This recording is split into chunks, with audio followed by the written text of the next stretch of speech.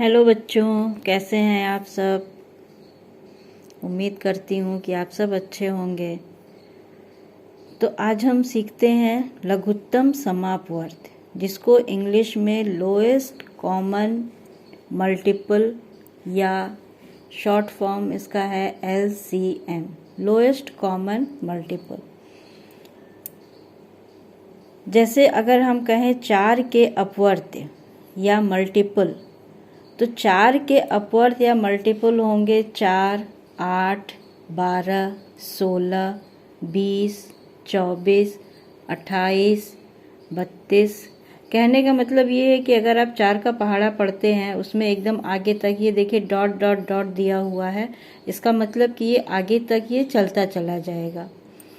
फिर हम दूसरी संख्या लेते हैं 8 के अपवर्त या 8 के मल्टीपल, तो ये हो जाएंगे 8, 16, 24, 32, 40, डॉट डॉट डॉट आप देख रहे हैं, इसका मतलब कि ये संख्याएं आगे बढ़ती चली जाएंगी। ओके, 4 और 8 के समापवर्त। समापवर्त का मतलब हुआ कि ऐसा अपवर्त जो 4 और 8 दोनों संख्याओं में कॉमन हो। कॉमन मल्टीपल, समापवर्त का मतलब कॉमन मल्टीपल। तो हम देख रहे हैं कि 4 और 8 के जो मल्टीपल हैं उसमें कौन कौन सी संख्याएं कॉमन है, यानी 4 में भी हैं और 8 में भी हैं। तो वह संख्याएं हैं 8, 16, 24, 32। इसके आगे भी डॉट डॉट दिया हुआ है, मतलब कि इसमें और भी संख्याएं आगे मिल सकती हैं। ओके, तो 4 और 8 का कॉमन मल्टीपल यानी समापवर्त है 8, 16, 24 और 32। इसके आगे भी संख्याएं हैं। हमें निकालना है लघुत्तम समापवर्त। लघुत्तम का मतलब सबसे छोटा, यानी 4 और 8 के लघुत्तम समापवर्त, यानी जो भी समापवर्त हमारे निकले हैं 4 और 8 के, इनमें सबसे छोटी संख्या कौन सी है? 8 है। तो बच्चों 4 और 8, इसका लघुत्तम समापवर्त होगा 8। ठीक है, अब हम आगे देखेंगे अभाज्य गुणनखंड द्वारा लघुत्तम समापवर्त या LCM कैसे निकालते हैं। हमने कोई संख्या ली है 27। 27 का अभाज्य गुणनखंड होता है 3 गुणे 3 गुणे 3, 3 त्रिक 9, 9 तियां 27। इसी तरह से दूसरी संख्या ली है 81, जिसका अभाज्य गुणनखंड है 3 गुणे 3 गुणे 3 गुणे 3। ठीक है, अब इन दोनों का लौसा यानी लघुत्तम समापवर्त या जिसको हम कहते हैं LCM निकलेगा, जो दोनों में ही कॉमन है। तो दोनों में ही कॉमन 3 है, 3 गुणे 3 गुणे 3 गुणे 3 है। जो अंत में संख्या बचेगी उसको भी हमें ले लेना है। इन सबका जब हम गुणा करते हैं तो आता है 81।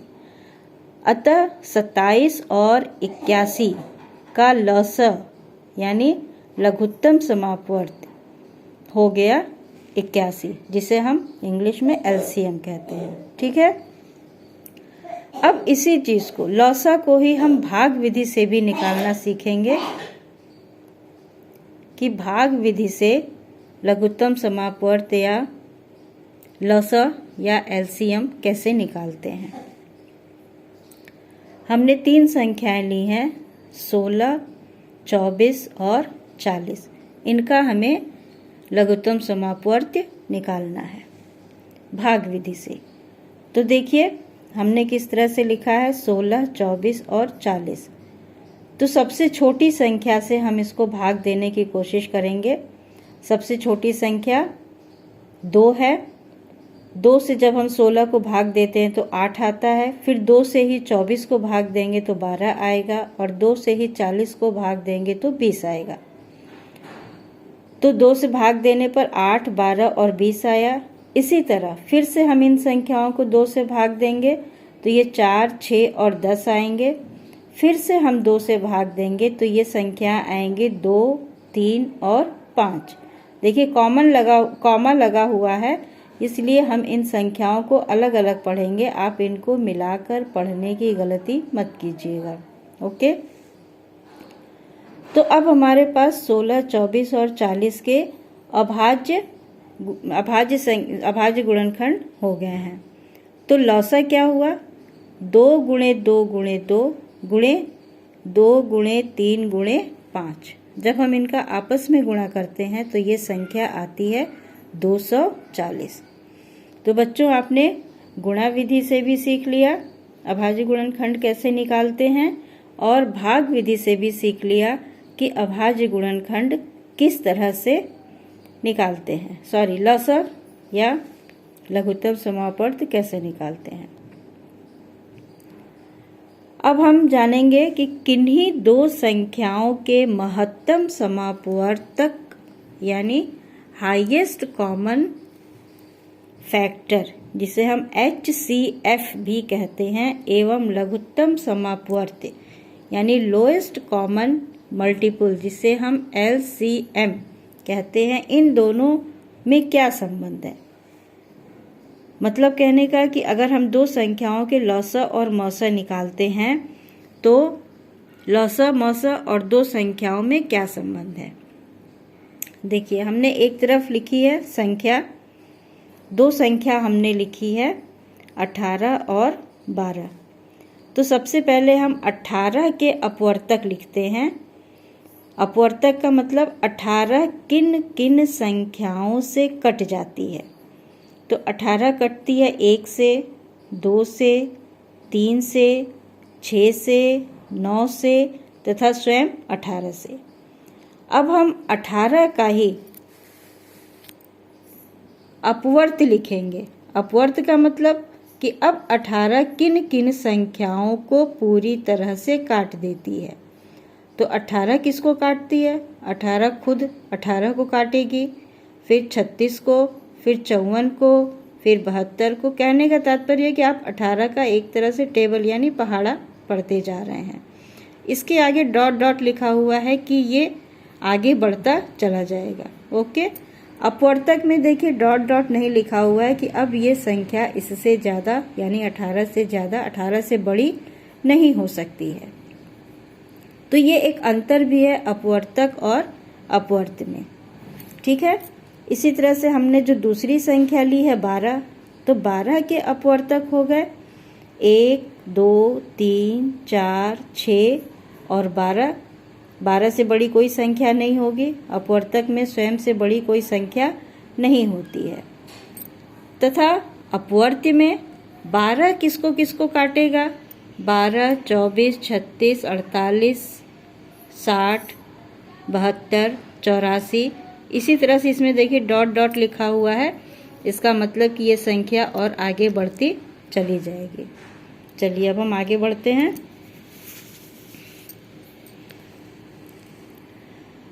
अब हम अपवर्तक जो निकाले हैं 18 और 12 का, उसका समापवर्तक निकालेंगे। समापवर्तक का मतलब कि जो दोनों ही संख्याओं में कॉमन हो, समान हो।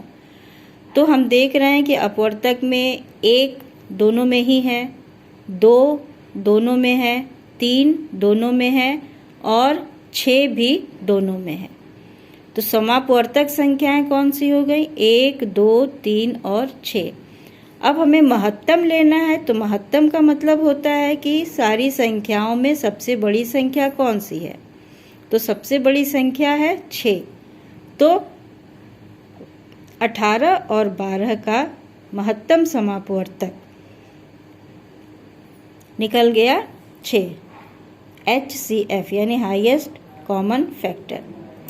इसी प्रकार जब हम अपवर्त की बात करते हैं तो अपवर्त में भी हमने निकाल लिया है 18 और 12 का अपवर्त। इसके साथ ही जब हम समापवर्त लिखते हैं तो समापवर्त का मतलब कॉमन संख्याएं जो 18 में भी हैं और 12 में भी हैं। तो ये संख्याएं हमारे सामने मिलती हैं 36 और 72। जिन संख्याओं को हमने लिखा है हमें उसी में से चूज करना है, उसी में से देखना है। 36 और 72 में लघुत्तम कौन सा है, यानी सबसे छोटी संख्या कौन सी है, 36। तो बच्चों हमने देखा कि अपवर्त 18 और 12 का लघुत्तम समापवर्त 36 आया तथा महत्तम समापवर्तक 6 आया। ठीक है, अब हम देख रहे हैं कि हमारे पास संख्याएं थी 18 और 12, इनका हम आपस में गुणा करते हैं तो ये संख्या आती है, गुणनफल आता है 216। इसी तरह मौसा जो निकला है 6 और लौसा निकला है 36, इन दोनों का गुणनफल है 216। तो हम देख रहे हैं कि प्रथम संख्या गुणे द्वितीय संख्या बराबर मौसा गुणे लौसा, यही संबंध है दोनों संख्याओं और लौसा तथा मौसा में।